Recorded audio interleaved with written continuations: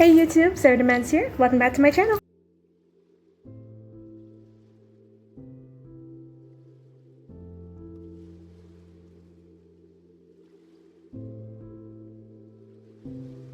So I hope everyone had a wonderful 4th of July and World UFO Day, which fell this previous week.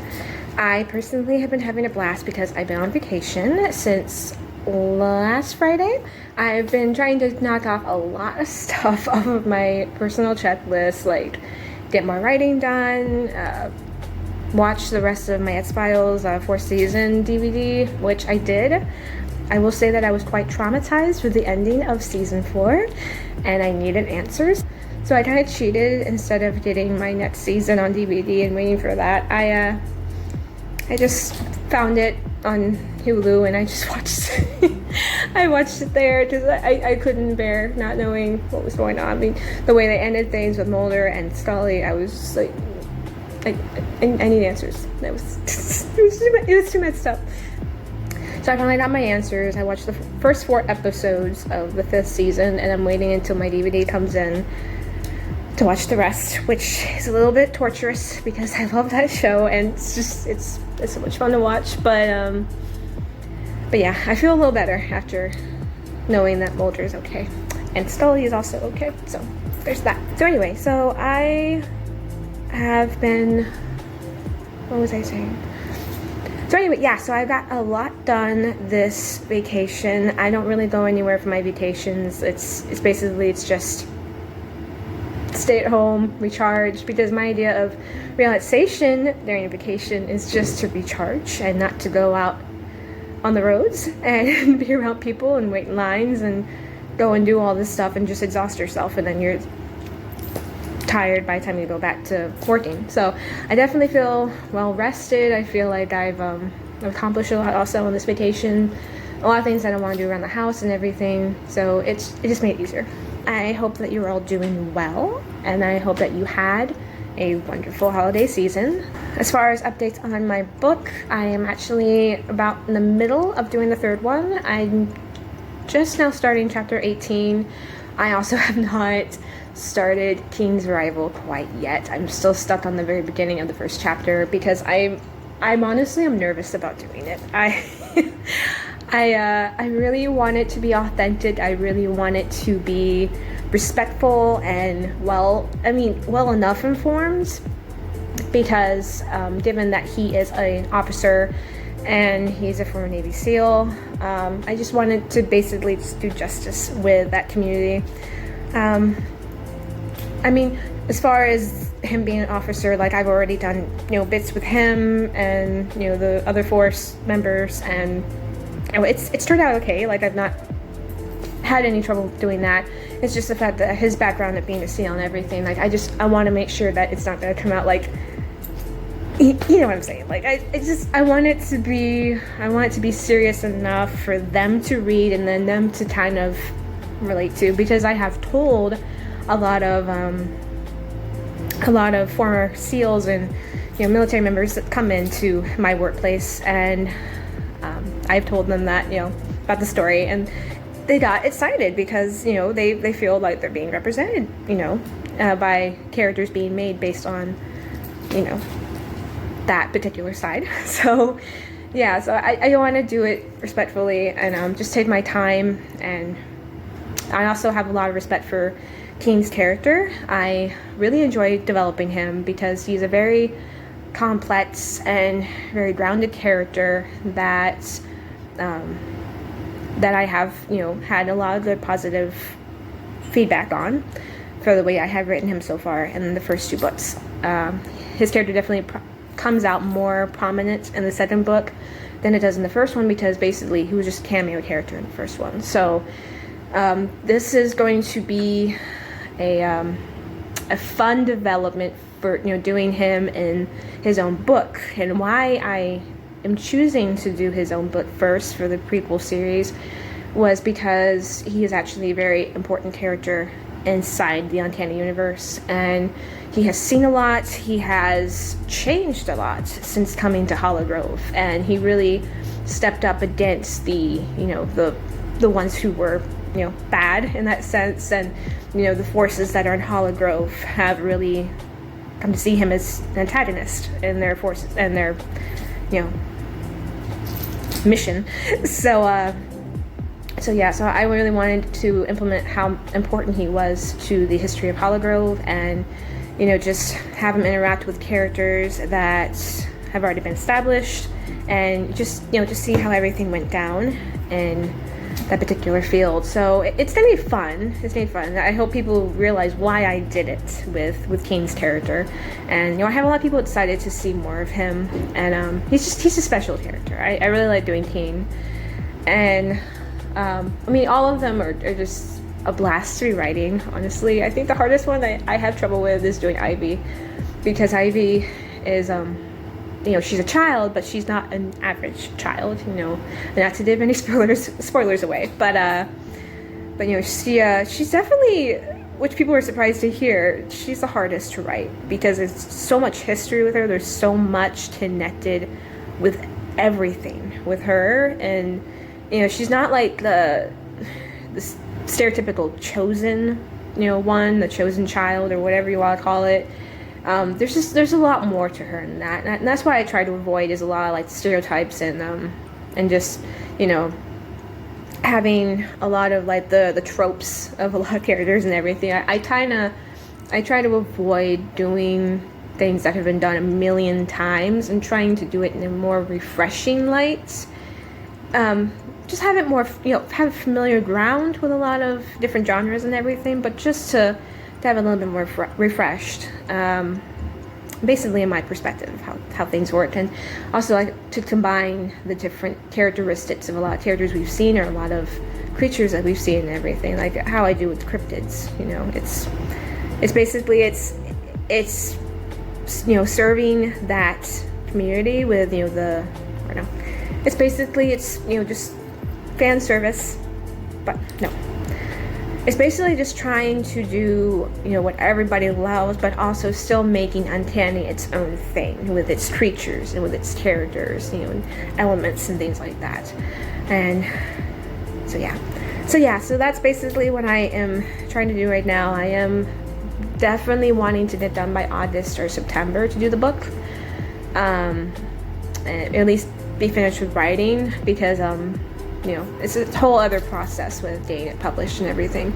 So yeah, I'm trying to get that done, and Keen's Arrival is definitely going to be postponed quite a bit. I wanted to get it done around the same time or even before the third book, but that's not been the case. So it's going to be more of an in-between for book 3 and book 4, and it'll make more sense because I do bring up some things that I have in Keen's Arrival with book 4, and things really start to pivot in a more dire direction in the 4th book, as you will see. But the first 3 books is basically all of them coming together as a team, and just really developing their relationships and everything. And then the payoff is really, you'll start seeing things in book 4 when the stakes really start getting higher, and the risk starts getting greater with the people that we have come to care about, which I hope everyone cares about.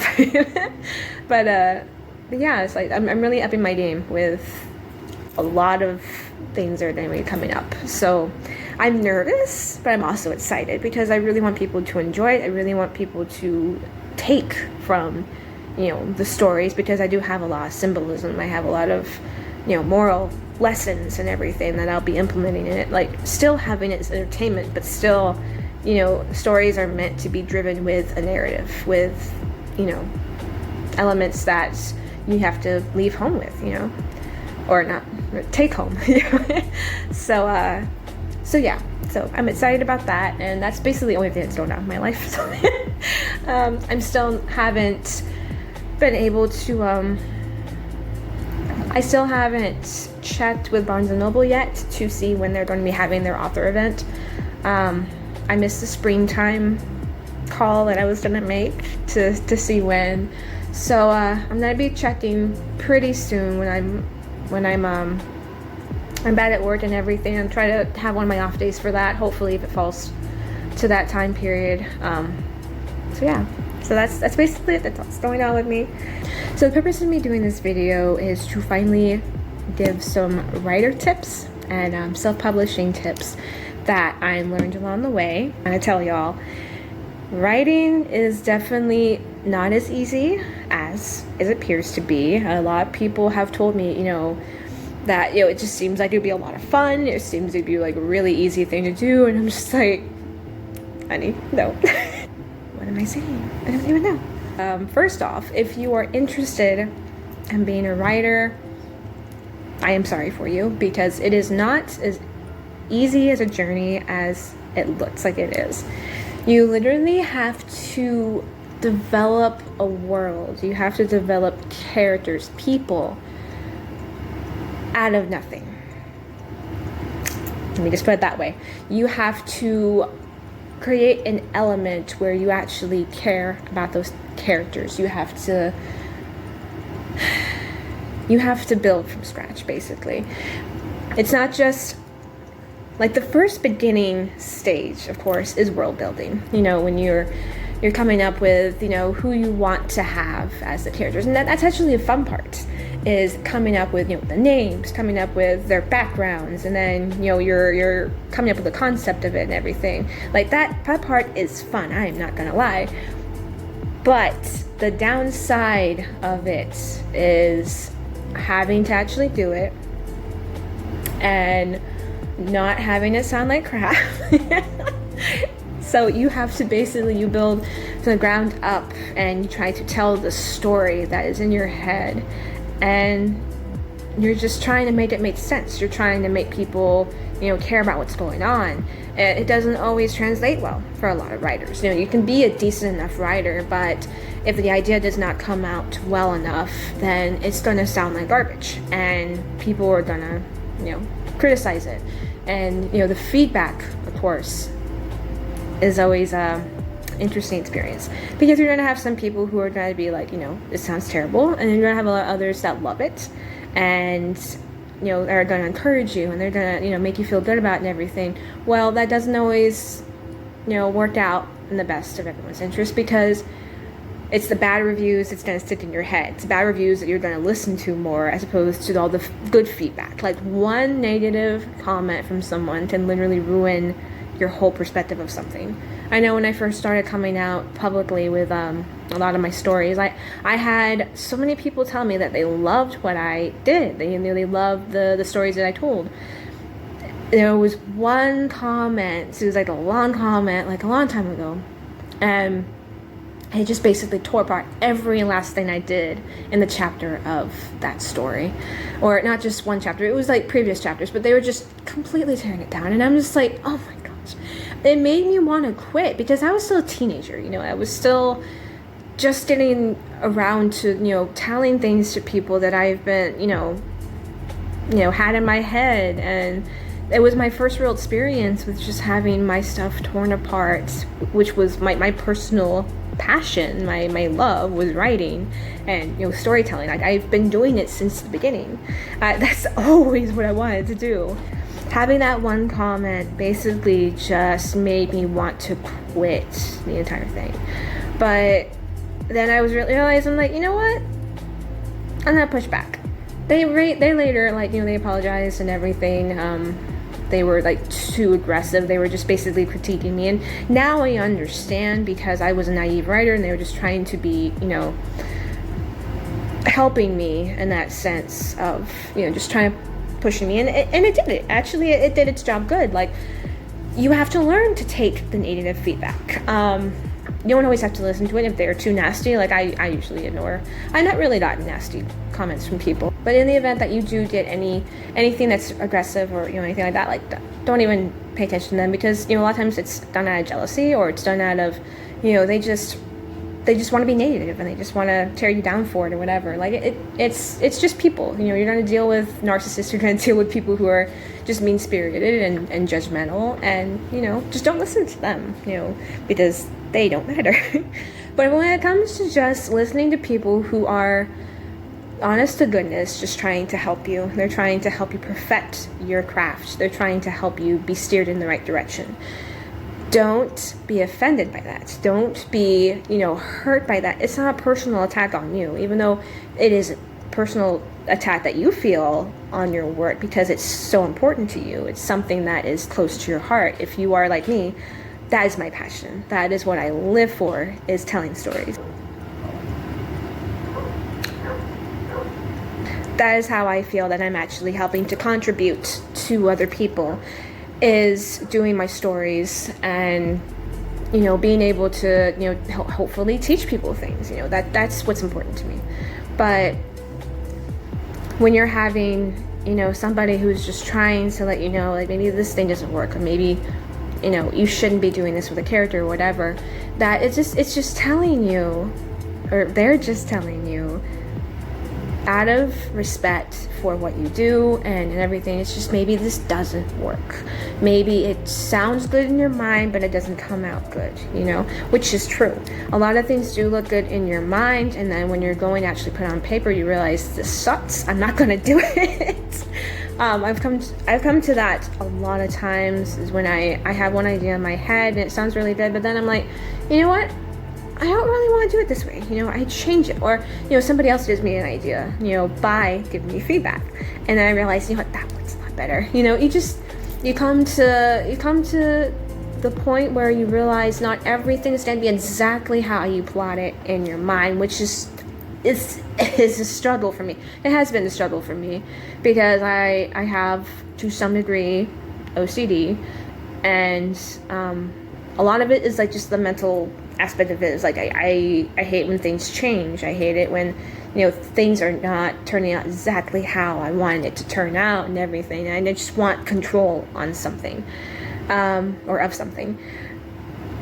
And I had to learn to let that go. I had to learn to basically retrain my mind and not be so stuck on, things like that.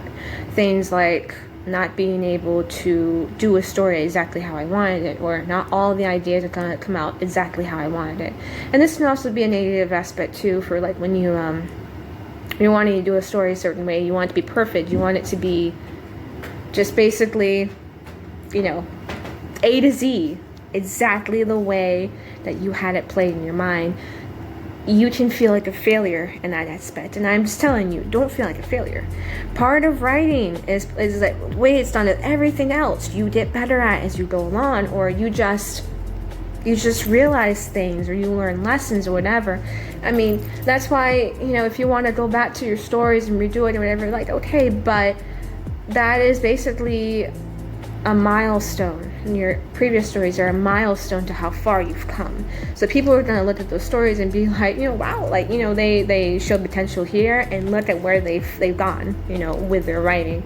If you're really going to take off in that way, if you don't give up, that is the key right there. If you do not give up, if you keep on going, if you don't let people get you down, if you don't let yourself get you down, like that is the key right there.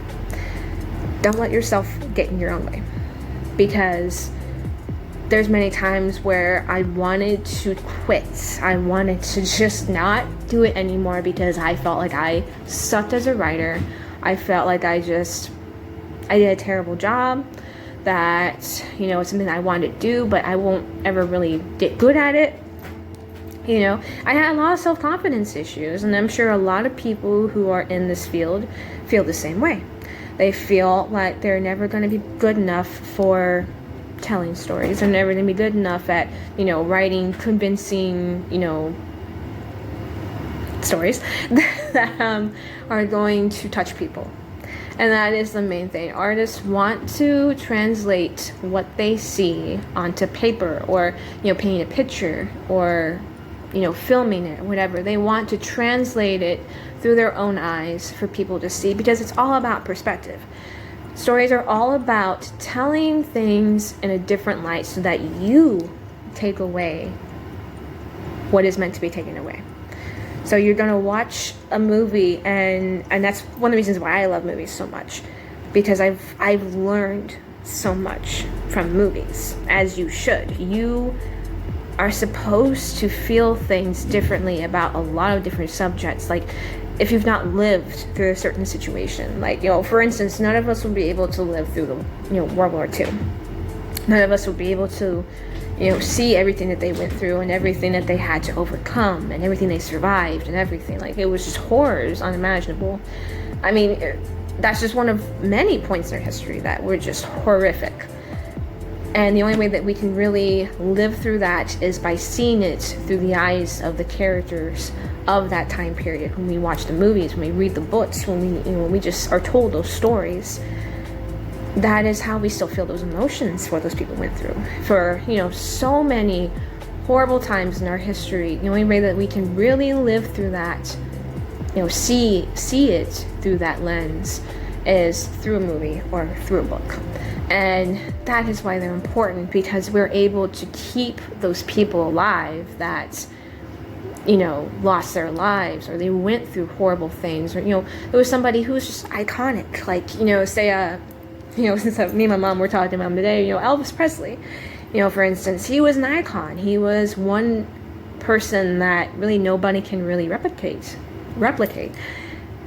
And that's why they're so important to be having their story told, because, they have such incredible talent, people like that, like Michael Jackson, Elvis, presidents, there's people that have lived through our history that they resonate so differently amongst other people, because they had their own thing going. They had their own personality. They had their own characteristics. They had their own story.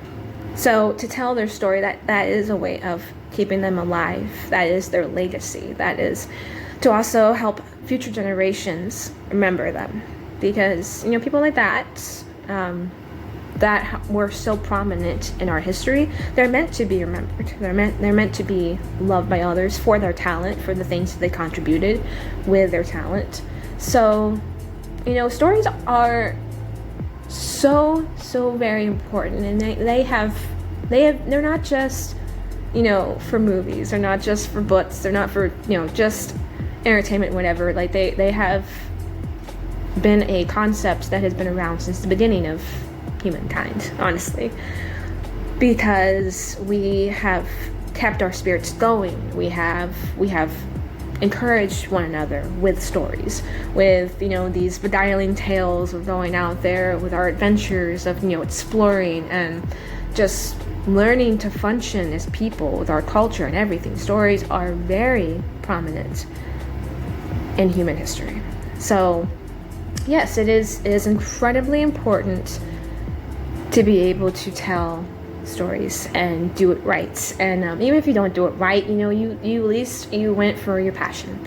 You went for what makes you happy, and that's an important element. Not to completely indulge yourself with what makes you happy. I'm definitely not giving you that kind of message, but just that is an aspect of personal care, is to do what the passions that you love, and that helps take care of your mental state as well. So don't be discouraged when you go and you see a negative comment, or you feel like you're not good enough, like you feel like what you're doing is just garbage or whatever like that. Don't listen to yourself in that scenario. Like, just keep going. So now one thing that I really just wanted to stress, that you don't have to be cornered into getting published with an actual publishing company. You do not have to do that. I know a lot of people feel like that's the way to go and everything, but the downside is you lose a lot of your creative opportunities that you're able to just freely do when you self-publish. Anyone restraining you, you don't have anyone to basically tell you this is the way we're going to do it, because we're paying for it, yeah, you get more exposure when you go with companies like that, but if you do self-publishing, if you're really fervent in doing what you're supposed to, so much of it is word of mouth, so much of it is basically just keep on promoting, keep on going on social media. It's really important presence to have, is for your book, is to tell people about it, and just tell them, look, I have the story, check it out and everything, and that is an important part of it. You have to be getting yourself out there, and you have to tell people about it if you want it to be more prominent. What really has helped with a lot of writers who self-publish is doing it through Amazon and also Ingram Spark. At first I just did Amazon and Barnes & Noble. Then Barnes & Noble got a little bit harder to get any royalties from, just people preferred Amazon. So I just used Amazon as my primary, publishing platform. Ingram Spark I just recently did, and they've actually been putting my book out there a lot more than Amazon. I did not do it initially because they were going to charge me so much for doing books through them, but then recently I think they just opened up to be free for people to do their book. I think they still charge you for promotions and stuff like that, but they've actually gotten my book inside a lot of different stores. They're not like inside of them yet, like they're not physically carrying them, which I think that's going to be the biggest step, is getting it physically inside stores. It's one of the reasons why I really want to do the author events, because that is a big opportunity to get yourself out there to a lot of readers, other authors who can support you and you can support them. And that is an important thing that I've not yet done. I've not done any of the tables or whatever, which I'm definitely going to, because I know that's going to help me significantly more than just doing it on my own, for promotions and stuff. But that is definitely something that you need to consider, is you have to get yourself out there. You have to risk it. You have to tell people about it. You have to be able to open up to people and see, look, this is what I'm doing. And I know that's hard for a lot of people like myself. I used to be such a shy, quiet introvert. I'm still very shy. I'm still very introvert in situations that I'm not comfortable in. I kind of keep to myself. I still don't like a lot of big crowds and everything, because I just feel kind of overshadowed. And that's just me. I'm not a very extravagant, not very extroverted person. But if you are, that really works to your advantage. I hope that you do realize that you will have a lot better chances at opening up to people and connecting with people, because you are going to be a people person and you're going to be able to resonate with them. But if you are an introvert like me, it's going to be a battle. It's going to be a task. But if you really are passionate about your writing, if you're really passionate about your career as a writer, you need to put that aside, and you need to basically set it up and tough through it, because that is the key to having a healthy career as a writer. You have to pursue it, and pursuit often means it's going to be a little rough. The hardest, when I first started publishing the first book, Uncanny, I was very nervous. I was doing a lot of research. I read a couple of books on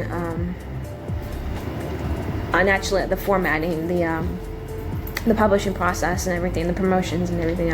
I put the book, I can't remember who it was done by, but it was one that I read start to finish, and I really enjoyed, and I'll put that in the description below. Really check it out if you are interested in going into this business and self-publishing. The author was very descriptive in how you do things, of how you format the book and everything, and it gives you details about what program to use. I went through a lot of different programs. This is why it looks kind of screwed up in the first format for the book. When I first got it printed and everything, it was messed up. The programs kept messing up when I typed. They kept correcting words and everything, and that's why it was horrendous. It went back on what I already worked on, and it erased it basically. So So yeah, so I had to go through quite a few programs. I think what it's called now, what I use, which it works pretty good. I really like it. LibreOffice, I believe it's called. Yeah, I think that's how you pronounce it. It is free to download. I have it on my desktop or my laptop, and I've been using it ever since, and I've not had any trouble with it. What really I had a problem with for all the programs though was the page numbers. So what I learned to do with that, as opposed to just using their system, because I didn't want to have the pages numbered that began the story, like when you're doing table of contents or when you're doing just blank pages or whatever. It was actually listing the numbers for every single page, and I'm just like, I don't want that. Like, I tried editing it and it wasn't doing anything. Like, I could not figure it out for the life of me. So what I found to be the easiest solution was on the very last paragraph, the very last line of the page that you're doing for a chapter, or for each page basically, just leave it blank and then put the page number manually. It's an extra step, but it's actually not that hard if you already have it started from the get-go. Just, start on 1, 2, 3, onward from the point of the first page of a chapter. And it just becomes, easy. Just remember just to, space it out right there, work on the next page, and then you can go back and you can edit the page number. And it's pretty easy. It's much easier than having to go through the headache. I mean, I swear the headache I had while first doing the formatting, the editing, and everything was literally atrocious. One of the worst headaches I've ever had in my life, because I was so stressed out. I'm like, I just want to get it done. I want to figure this out. And it was a process. It was a process. But you have to realize that, there are simple solutions to things.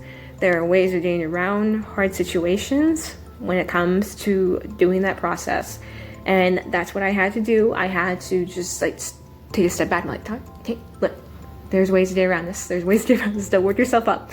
And there were ways to get around it. Like how I came to do that with the page numbers. That became the easy solution for me. I didn't have to worry about, trying to figure out this whole system that they have on, which I don't know why they don't have it as an easier option to just do page numbers. Maybe if you have a program that you actually pay for, it's a lot more professional, it's a lot more easier to operate. But when you're on a budget like me, you have to go with what's free, you have to go with what works, with not much money to get around. So that was my solution, and you gotta learn to figure it out. You have to adapt. The real things that you have to worry about doing when you are publishing a book is to get the cover art done, is to do the editing, do the formatting, which I did myself, admittedly. So I did the formatting and editing myself. My best friend, as it turns out, as I've already mentioned, she is an artist, and she's the one that did my cover. So I lucked out having her being able to basically become my partner and be my illustrator for my cover.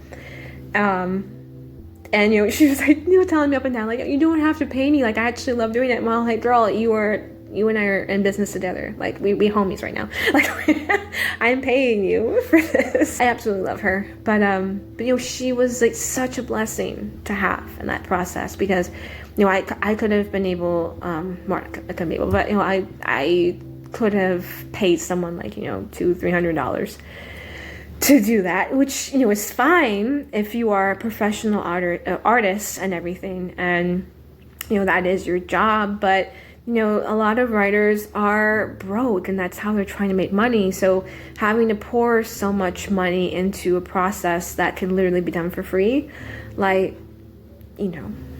so it turned out so beautiful what she wound up doing. And it just came out exactly how I pictured in my mind, with having like the tree, because it symbolizes so much, the tree of Hollow Grove basically. And the only thing that we really change up with the next ones is like the colorization.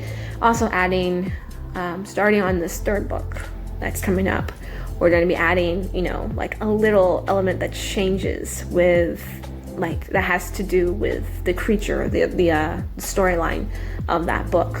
So we're adding like a little, you know, difference in each book for that to be done.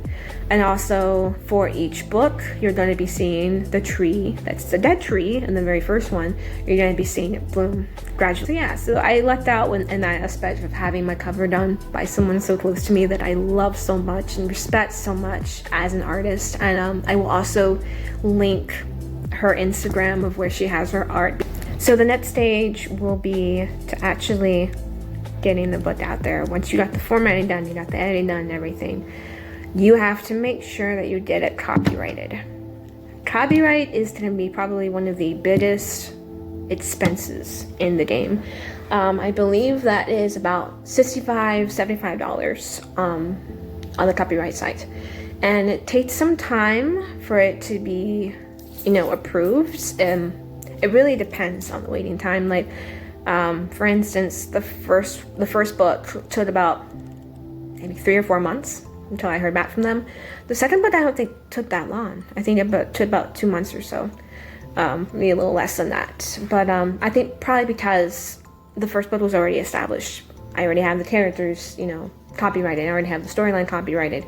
So everything was already set for that book. So by the time the second one came out, they were already familiar with that. You know, this is my creation. Now I'm continuing on with the creation. And they just had to review it and make sure it was, you know, all okay and everything. And good Lord, the feeling that you get when that passes and, you know, you're approved and you're in the system for copyright and everything, you're just like, what? The real point of feeling immense joy and pride is when you see your book published on like Amazon or, you know, Barnes and Noble, or, you know, seeing your name pop up when you do a search and you're just like, oh, you're like, the next morning that I had it, you know, I submitted the book. Oh my gosh, it was like, I wasn't even awake. Like, it felt like a dream, because I woke up and that was the first thing I checked, and I looked and I saw a page dedicated to my work.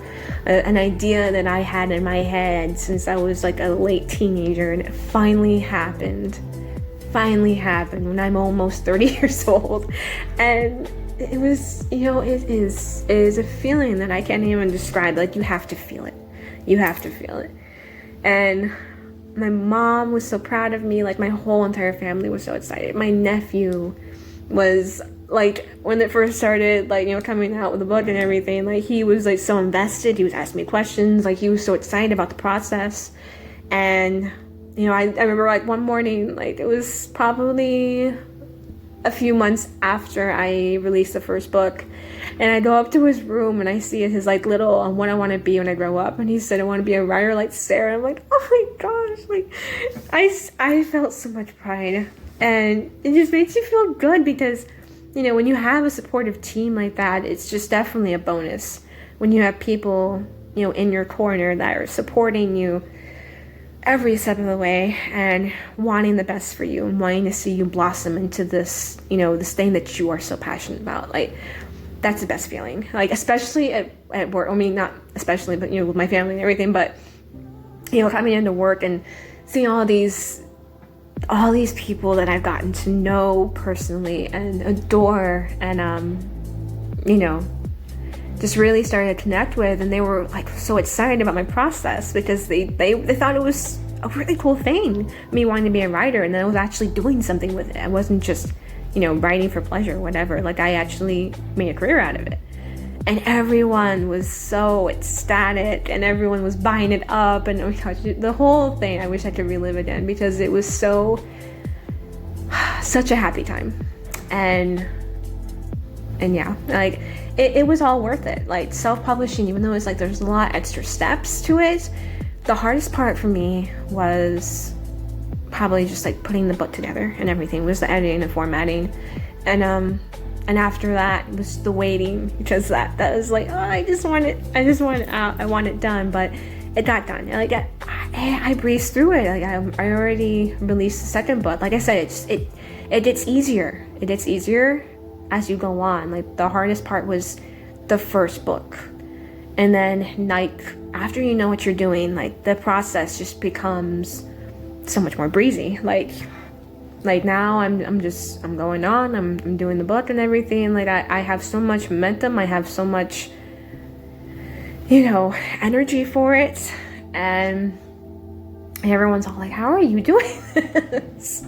I'm like, look, I've come into such a happy place in my life. Like, that is my joy, is writing. And that's doing what I love. That's who I am. I'm a writer. I'm, a creator. Like, I'm a storyteller, and that is my field. That is my element. That is where I find myself, because that is my mind that you are tapping into. That is someone's consciousness that they have, because those are their thoughts, those are ideas. That's the way they see the world. So that's how you see them, is when you see how they see the world. And that can be a good or a bad thing. But yeah, so you're able to get that done. I guarantee you it's going to be a lot easier the next time you get it done. And you feel like you have the power, you have the authority. You also feel like you can do what you want with that story, when you're not just doing it through a company, which I'm not knocking on, anyone who wants to do it that way, because, that it helps get their name out there quicker. It helps them, it helps them get through the process a lot easier without much of the headache. But you're handing everything over to somebody. You were just, like I said, you lose that creative advantage that you have over your stories when you're just handing to them. Like, I've seen so much of the nightmarish process that a lot of writers had to go through when they just had to go through a publishing company. And like, you see, like, Mary Shelley, and even like they portray this in Little Woman with Joe, and then you see like Beatrice Potter. Well, I mean, it was especially tough times for a woman back then, because writer was not a real job. I mean, a lot of people thought, like, that's not really a respectable position to be upholding in that time period, especially for a woman. And but they got through it. They persevered. They pursued their passion, and they kept pushing back. Like, those women were not pushovers. Like, they were actually able to push back. But they also had help. You can't do everything on your own. You need to realize this. Even as a woman, you have to realize that you need other creative talent to help get your name out there. You have to rely on other people to help get your name out there. You have to, have a support system at home, and you have to have people who are going to help get the job done. Like, it's not all a you situation. It's everybody around you needs to pitch in. They need to, it doesn't have to be pitching with the actual work with it, but just to be on your side in it and to help you through that process, because it is an emotional process. It is a process that you are going to have to weather through. So just check out the book that I have in the description, because he was very helpful. It's very inexpensive to purchase that. I think it's available on Amazon, and he's very helpful. And it really got me through a lot when I was trying to grasp the whole situation I was getting into. And I'm just gonna let you know now, it is going to be a headache. It's going to be a headache. When you first start out, it's going to be very nerve-wracking. It's going to be a very intimidating situation you're going to walk into, but I guarantee you're going to be able to get through it, because it's not as hard after the first book, if you were intending to do that. But yeah, there are ways to get through it. You can go and do it through Amazon. You can do it from Spark now, which I encourage you to just go as many sites as you possibly can. I just want to also mention another pricey element would be getting the ISBN codes. They are, I believe, about $25 each, or $28. It was one of the two.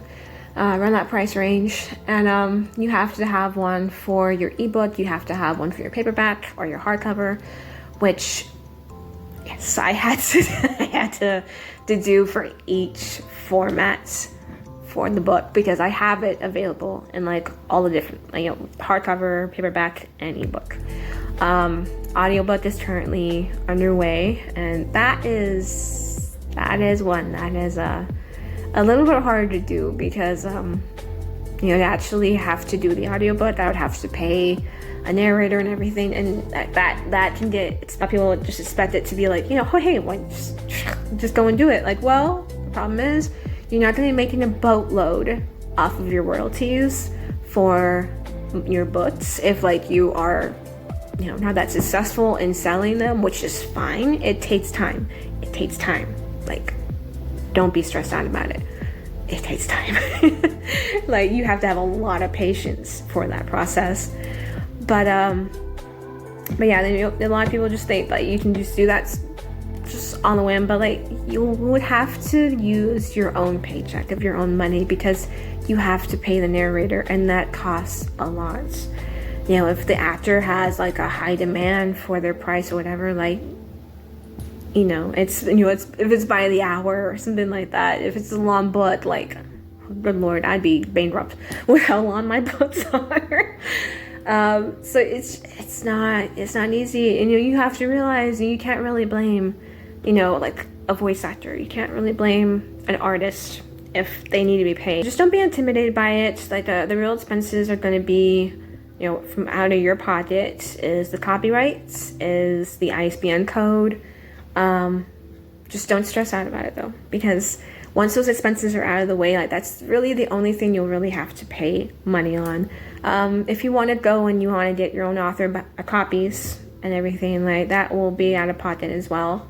But you have discounts on things like Ingram, Spark, and Amazon. Yeah, so don't be nervous about the process. It's gonna take time. It's gonna take a lot of effort, but the finishing product, when you have your page out there, when you have, this whole entire presence that you never had before, it's gonna be worth it. The thing I wanted to mention was the website. Like now, I don't think it's that much to pay, like to renew the thing.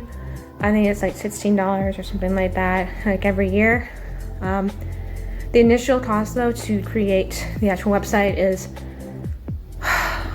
gosh, I think I got it on a discount. I got like $140 or something like that, which is fine, because it's the entire website that you can do basically anything on. And where I got my website actually is it was the cheapest that I saw for doing websites. And in the element that I was able to do what I wanted with the site. I didn't have to really go with a particular format. Like I was able to arrange things I wanted. I was able to, just basically make it look how I wanted. And it turned out really good. Like I'm really proud of it. I'm able to have sections inside, like the different tabs and everything, where I'm actually able to put some stories there that are, ones I don't get paid for. They're just for fun. And I'm able to I'm going to be putting a Wikipedia type thing or wiki type thing for Uncanny, so you'll learn about the characters and things like that. Basically just combining my site with story sites, just to save money. That's how you can save money, because you can make those pages look how you want. You can change the colors, you can add in the pictures, you can have a whole separate section for different topics and everything, which is one of the reasons why I really loved it. I know it was worth the price. I believe you do have a lease basically with the website, so I did for every 2-3 years, and then you have to renew the price. But by then, you can just save up for it and just put some money aside.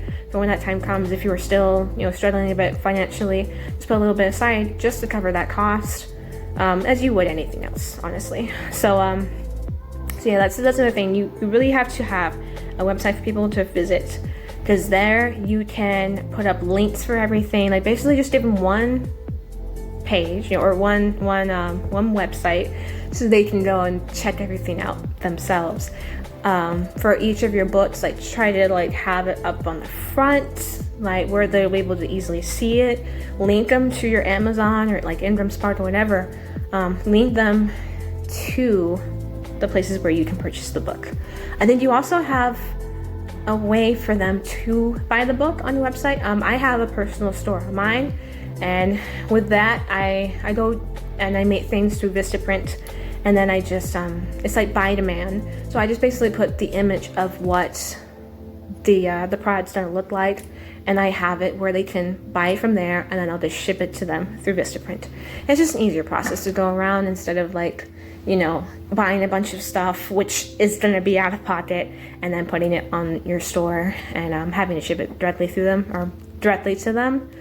But yeah, I mean, it's important to just have things like that. Have a website, have stuff where people can buy your merchandise, and you know, like making like little bookmarks or a t-shirt or, you know, just things like that. People love that kind of stuff. People love it when there's merchandise attached to something, because it also makes it look more official. It makes it look like you're taking yourself a little bit more seriously than just making a book or whatever. Like, you actually have to make a whole presence online. You have to coerce people into purchasing this whole world that you created.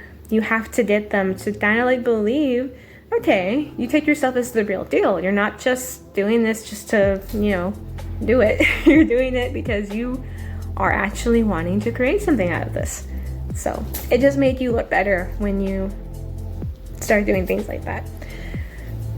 So yeah, so there's going to be expenses popping up here and there for stuff if you're really passionate about what you're doing, if you're really trying to create this whole world of characters and, you know, such things like that. And if you really want to make a franchise, you have to put yourself out there. You have to put some risks. You have to, you know, get your name out there one way or another. So I think that's basically all that I can really touch base on. Like, that's basically it, like all the things that I said. And so just make sure that you are self-confident in yourself. Make sure that you are ready for any kind of feedback. Make sure that you are ready to be, you know, paying out on some things, getting ready for this process, because, you know, self-publishing, it is worth it. It is worth all the, you know, the little expenses here and there. It's worth all the headaches that you're gonna get initially, because it gets easier, and it just gets so satisfying, and it just becomes like second nature, just getting through all that stuff. So so just don't be afraid. Don't be afraid to do it, because it's one of the proudest moments that I ever felt for myself when I got it done. Like, my self-confidence went through the roof when I actually able to fulfill my dream that I had all my life. So if you were anything like me, don't be afraid to do it. Don't be afraid to do it at all, because it is a truly immensely joyful moment to see that you made it. That is all the time I have for today. I hope you enjoyed this video and you also learned a few things. I think what I'm going to do is work more on my website, and I'll actually make like a whole page for anybody who is interested in doing the self-publishing process. That is the road that you take. I think I will do step-by-step things, make it a little bit easier for you to understand, because I know I am personally all over the place when I'm telling stories in person. So so I think I'm going to be doing that, and that way you can visit that and you can see the links that I put up for people and everything. And definitely encourage you to go and visit like the author that I mentioned for that book, and also please be visiting my bestie's webpage or our Instagram, so that you can see the wonderful art that she does. She is incredible. I love her. Anyway, so thank you for watching. I hope to see you all again, and the next video I'm hoping to be doing within the next couple of weeks when I feel like that, which I feel like I'm gonna feel like it. When I have a moment to myself, then yes, I will be doing it. But yeah, I'm ready to talk. I'm ready to, just be creative on my YouTube, because I do miss YouTube. I miss doing the videos, and I really want to have a better presence on my YouTube channel so that people see it and they get the attention drawn to what I have to offer. So, thank you for watching, and I will see you all next time. Bye bye.